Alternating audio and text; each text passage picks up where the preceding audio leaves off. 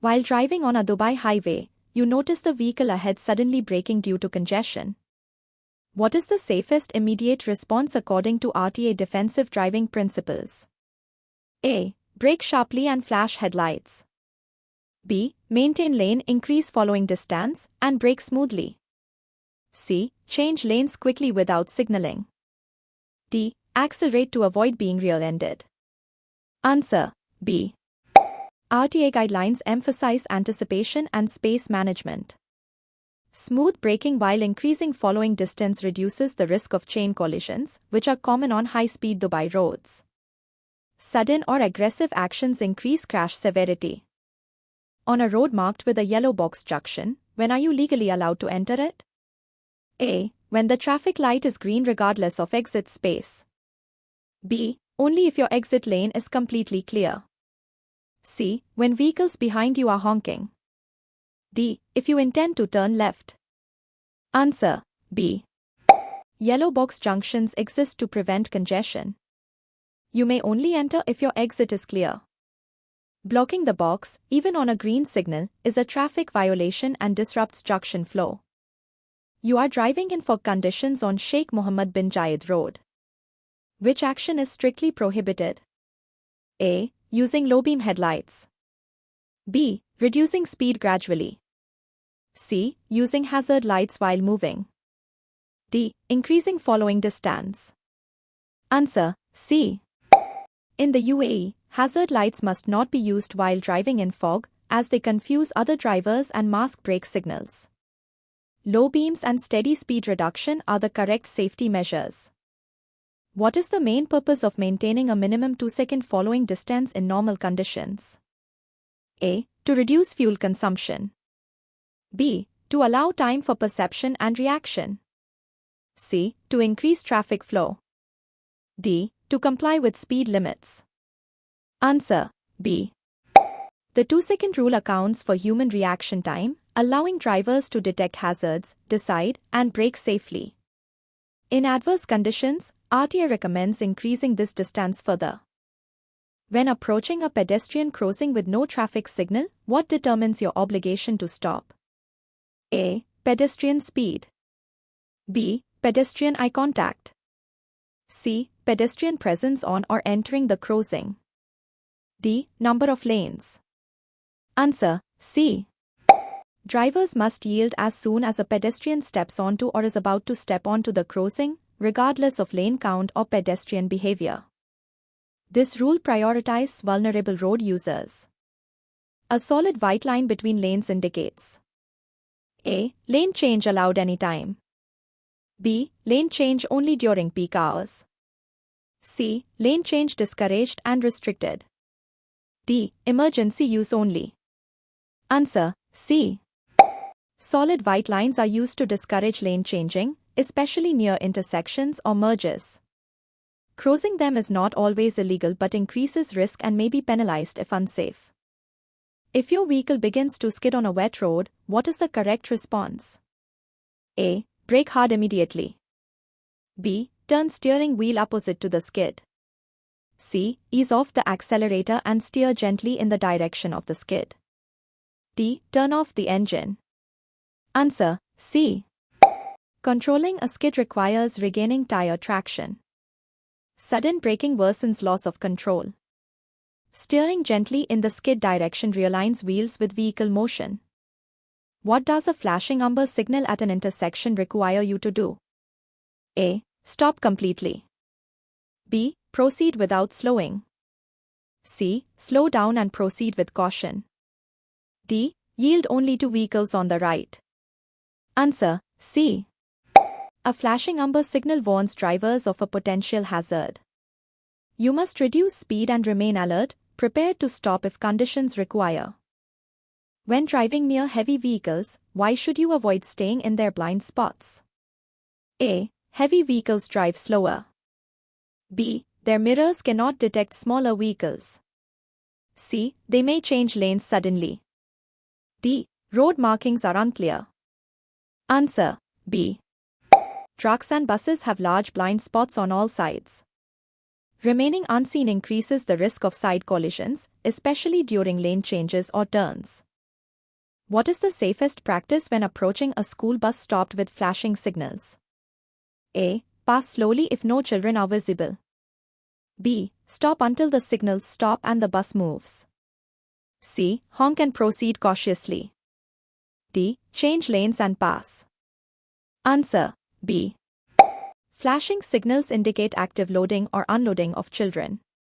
Full stopping ensures child safety even if no pedestrians are immediately visible. Why is tailgating considered especially dangerous on UAE highways? A. Roads are wider. B. Speed limits are higher. C. Vehicles have advanced brakes. D. Traffic enforcement is strict. Answer B. Higher speeds significantly increase stopping distance. Tailgating removes the margin needed to react safely, leading to severe rear-end collisions. What is the correct action if your accelerator pedal gets stuck? A. Turn off the ignition immediately. B. Shift to neutral and brake smoothly. C. Honk continuously. D. Accelerate to reach roadside faster. Answer B. Shifting to neutral disconnects engine power from the wheels, allowing controlled braking.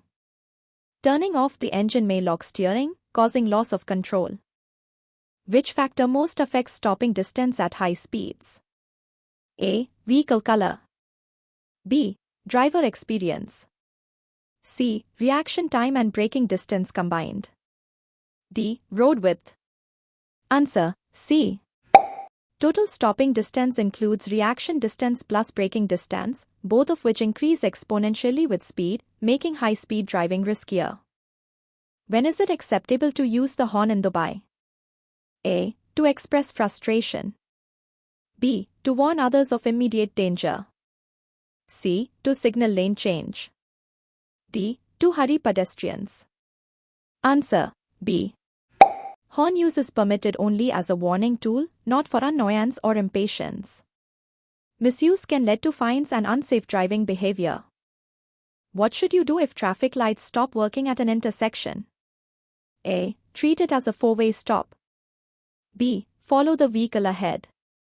C. Proceed carefully following police or road priority rules. D. Stop and wait indefinitely. Answer C. When signals fail, drivers must rely on priority rules, signage, and police directions, proceeding cautiously to avoid confusion and collisions. Why are sudden lane changes strongly discouraged on Dubai roads?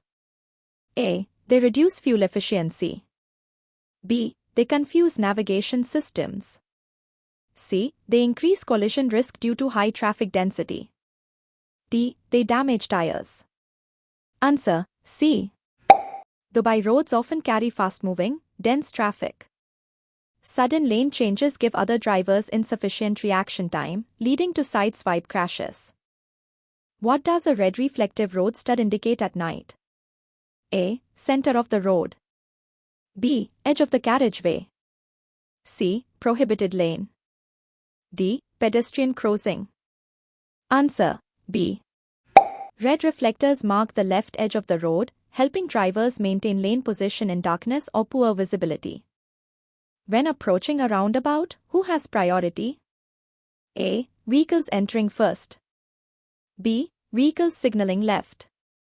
C. Vehicles already inside the roundabout. D. Larger vehicles only. Answer C. Vehicles already circulating have priority. This rule ensures smooth traffic flow and reduces conflict points. Why is driving while fatigued considered similar to driving under the influence? A. It affects eyesight only. B. It reduces reaction time and judgment. C. It causes mechanical failure.